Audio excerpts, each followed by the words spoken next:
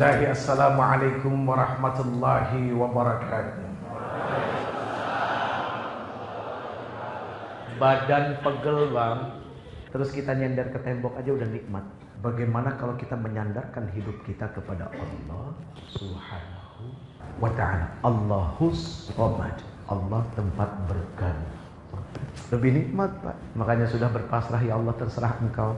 Titipkan kepada saya, kepada hamba, untuk bisa menyampaikan apa yang dibutuhkan, bukan apa yang diinginkan. Tapi ketika kita menyampaikan apa yang dibutuhkan, berarti Allah yang maha tahu. Ini yang lagi pada duduk butuh apa nih? Makan. Apa? Lu bikin malu aja lu, Din. Iya, gua tahu lah. Ini lagi kuliah zuhur. Kuliah zuhur pas makan siang, Udin. Tadi belum makan, macet mobil. Ibu juga tahu sama, gua juga belum makan, Din. Tenang. Tadi pas di bawah, begitu nyampe, tuh orang masjid udah ngomong, "Tak, udah saya beliin nasi kotak. Sekarang lu urusin deh tuh nasi kotak. Jangan sampai panitia lupa." Udah lu kesana lu urusin kan. Kalian pakai berkat nggak?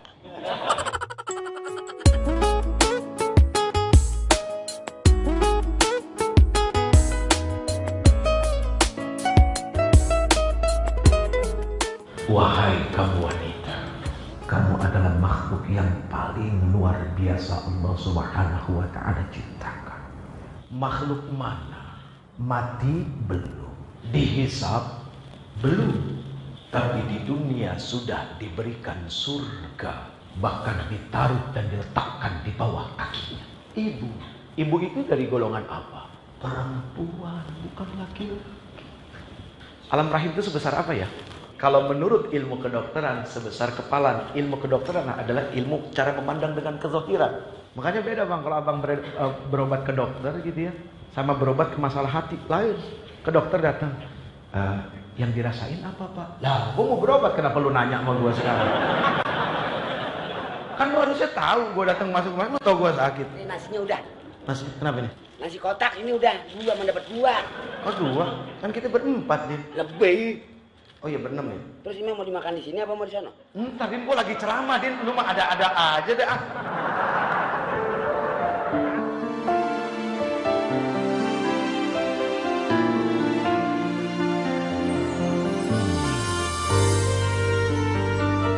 Ketawa kita bukan ingin membutakan hati, tapi supaya kita keluar dari sini kita kerja punya semangat lagi. Silahkan dibawa imannya, betul-betul jangan dilepasin pakaian imannya ketika bekerja. Insya Allah mau nggak ada yang ngelihat, kita akan senantiasa merasa diawasi. Kalau kita merasa diawasi itu selalu kayaknya ada mata gitu ya, banyak ya. Kayak ditaruh kamera CCTV. Ya emang kadang-kadang untuk uji keimanan setiap ruangan kasih CCTV Pak, supaya kerja baik. Bener, nggak apa-apa Pak, sekali waktu ini saya usulan, kebetulan saya... Nanti kalau udah terbiasa merasa diawasi, pelan-pelan CCTV-nya dicopot. Karena sudah berasa terbiasa diawasi. Ini maksudnya pelatihan memunculkan sifat ihsan. Beribadah seolah-olah Allah melihat. Itu maksudnya itu. Ya, begitu.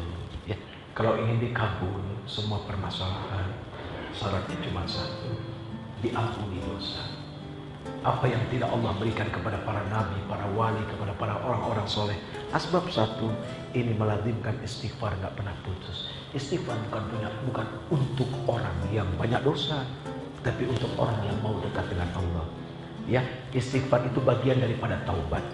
Tapi taubat adalah sebuah perubahan sikap dari yang nggak baik menjadi baik.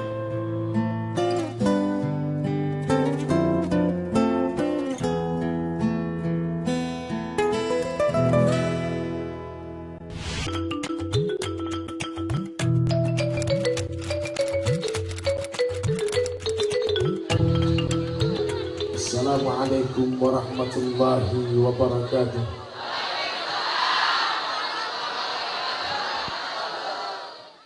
Mengikuti syariat Rasul sallallahu alaihi wasallam, orang tua yang baik, orang tua yang tidak pernah melupakan hukum agama diterapkan kepada anak-anaknya. Misalnya apa? Di saat si perempuan istrinya sedang hamil, apa yang dilakukan oleh seorang suami yang baik yang akan menjadi calon ayah kepada anak-anaknya? tidak pernah lupa untuk selalu memperdengarkan bacaan-bacaan Al-Quran kepada anak-anaknya. Sambil megang perut, baca Rabbi habli minas. Wahai Tuhanku, anugerahilah kepada aku anak keturunan yang soleh. Itu doa Nabi Ibrahim tuh. Alaihissalam kepada putranya Nabi Allah Ismail alaihis. Begitu sekarang anak lahir, apa tanggung jawab orang tua? Diazankan. Allahu Akbar, Allahu Akbar. Allahu Akbar, Allahu Akbar. Singkat-singkat aja azannya, jangan panjang-panjang. Begitu 7 hari. Yang disyariatkan adalah 7 hari setelah itu. Tapi kalau tidak mampu melihat kemampuan, aduh saya baru bisa nanti deh setelah beberapa bulan, baru ada duit gitu kan. Karena Islam itu tidak pernah memaksa, tidak membuat seseorang menjadi sulit. Itu Islam. Sekarang bagaimana Uje? Saya belum pernah akikah, tapi saya pengen korban. Kira-kira diduluin yang mana? Bicara sunnah sama bicara wajib, kira-kira duluan mana? Yang wajib daripada yang sunnah kan gitu. Kadang-kadang banyak orang tua dulu lupa ngakekahin anaknya. Diakekahin deh tuh, dipotongin kambing. Perempuan berapa? Kambingnya 1, laki-laki kambingnya 2. Dipotong, dimasak yang enak. Setelah itu dikasih tuh masyarakat suruh makan. Ini sebuah keberkahan. Karena apa? Ketika anak belum diakikahkan, maka dia tergadaikan, kata Rasul sallallahu alaihi wasallam. Nah, untuk menebusnya adalah dengan akikah.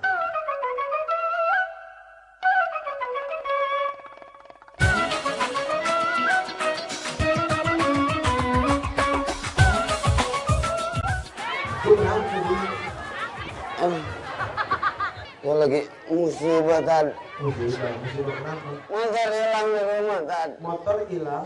Udah ada di lantai. Motor hilang. Motor tetangga. Lalu kenapa jadi lu yang ribut motor tetangga ini? Ya saya kan merasa gak enak sama manu imat sumat umat. Saya gak bisa ngomong. Lu dari tadi ngapain kalau gitu? Lu tadi ngomong panjang lebar, lu bilang gak bisa ngomong, bagaimana sih? Enggak, kalau ingetin jadi sedih Tad. Oh, gini aja gini. Nanti lu kasih tau sama dia. Untuk motor hilang gak usah dipikirin. Oh gitu? Kita itu jangan suka mencaci musibah yang kecil. Oh gitu? Jangan-jangan musibah yang kecil ini ternyata untuk menyelamatkan kita dari musibah yang besar. Oh. Ngerti gak lu? Kagak. Waktu kasus kejadian tragedi Mina, dari Padang Arafah, selesai daripada wukuf, berangkatlah menuju ke Mina, mau melontar. Ternyata di pertengahan jalan, itu banyak pada kempes, 4-4 yang kagak main-main nih. Lah, banyak paku kali. Terus? Jamaah keuji hatinya Pak. Ada yang nerima, ada yang setengah kesel, ada yang keselnya minta ampun. Padahal habis dari Arafah tuh. Akhirnya tertahan lama tuh Pak sampai malam.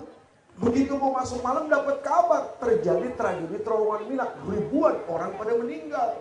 Begitu dengar kabar ini, apa yang diucapin? Alhamdulillah, ya Allah, untung bannya pada kempes. Ada yang sujud syukur. Coba. Jadi selalu ada hikmah di balik peristiwa yang terjadi. Artinya apa, Din?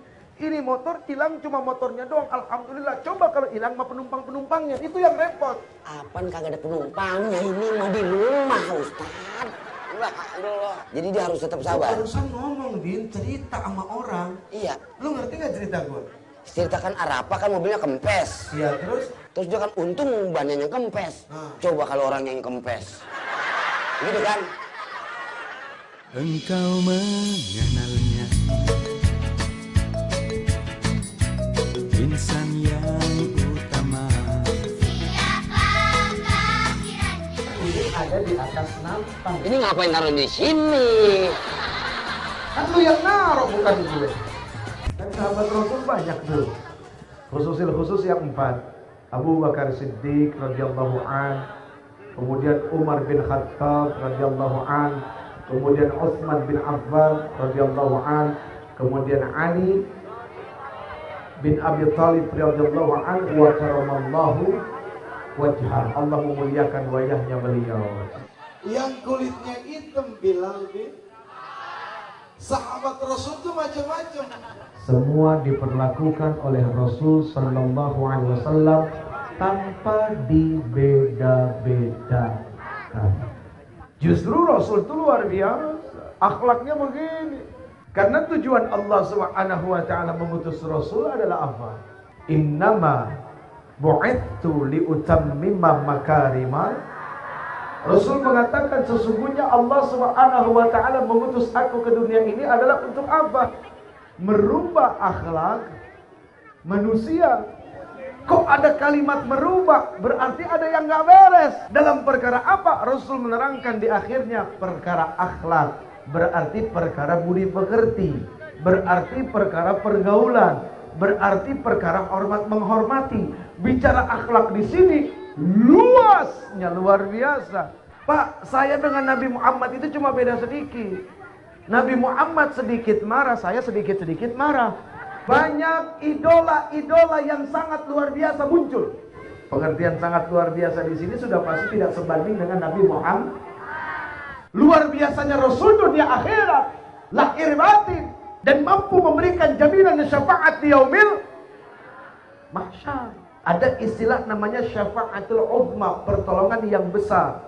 Allah Subhanahu wa taala memberikan hak prerogatif secara khusus, secara luar biasa kepada siapa? Kepada Rasul kita. Makanya nggak aneh, nggak salah, dan sangat tepat sasaran kalau anak-anak kita dari kecil dikenalkan siapa itu Muhammad. Diperdengarkan tentang solawat. Solawat itu macam-macam, tapi intinya satu adalah merupakan refleksi kecintaan kepada Nabi Muhammad sallallahu alaihi wasallam. Ya Nabi salam alaika, ya Rasul salam alaika, ya Tanggung jawab orang tua, masya Allah. Lahir diazankan, kemudian diakikahkan, kemudian dikhitankan. Setelah cukup dia memahami, mengerti kanan kiri, depan belakang, ya. Kemudian diberikan tahu kepada dia arah kiblat di mana. Ini masya Allah. Ajarkan dia sholat. Nah ini yang penting nih, mengajarkan sholat nih. Maaf, bagaimana anak kita mau sholat kalau kita orang tuanya nggak pernah kelihatan sholat depan anak. Nah ini yang terpenting dari itu semua. Alhamdulillah ya Allah. Kita udah berkeringat, terus udah push up 10 kali nih. Ini apa? Ini nampan. Yang gue tahu mas, ini ada di atas nampan. Ini ngapain taruh di sini? Ini udah di situ tadi biar aja. Taruh. Kamu tuh bawa ketek kamu bah. Oke, terus silakan Tat. Baca Bismillah. Enak. Ya silakan dilanjut Tat. Iya maklum udah tua. Aki-aki maksudnya bukan Ustad. Suka kesinggang mulu. Nah itu yang mesti orang tua ajarin kepada anak masalah kejujuran. Benar nggak? Benar. Urusan jujur kan harus dari kecil. Dididik dari kecil tadi. Iya, apalagi kita agamanya udah jelas, Islam mengajarkan kejujuran. Betul. Kejujuran diajarkan oleh Islam. Benar. Sebetulnya di sekolah-sekolah itu nggak perlu lagi ada kantin yang dijaga sama orang, nggak perlu. Ya, nggak perlu. Lah ntar kalau nggak ada yang jagain mau beli? Nah kejujuran di situ dilatih. Misalnya bakwan atu berapa? Bakwan atu berapa? Oke. Kenapa? Mana ada? Mana ada jujur? Bakwan dimakan bakwan atu orangnya kagak. Makan aja 5. Itu mah elu, Din. Untuk mengajarkan kejujuran memang perlu pengorbanan seperti itu. Iya. Yang pertama adalah tidak terbiasa, tapi lama-lama, mohon maaf, itu Bu di Singapura. Kagak maju-maju gitu. Lah kalau saya maju ya nyemplung. Aduh. Makanya harapan kita adalah apa Bapak Ibu? Ini kepada anak-anak kita. Kita harus mati-matian membuat mereka menjadi orang-orang cerdas, berilmu. Kalau mereka berilmu, mereka bisa menguasai dunia. Kalau mereka tidak berilmu, mereka tidak akan bisa menguasai apapun. Itu manfaat daripada akikah sebetulnya. Manfaat daripada kita, manfaat dari anak-anak disuruh sekolah. Apa? Anak-anak disuruh mampu menguasai dunia. Dengan apa? Dengan ilmu yang sudah pasti ilmu yang didampingi oleh iman. Sujudku ya Allah atas segala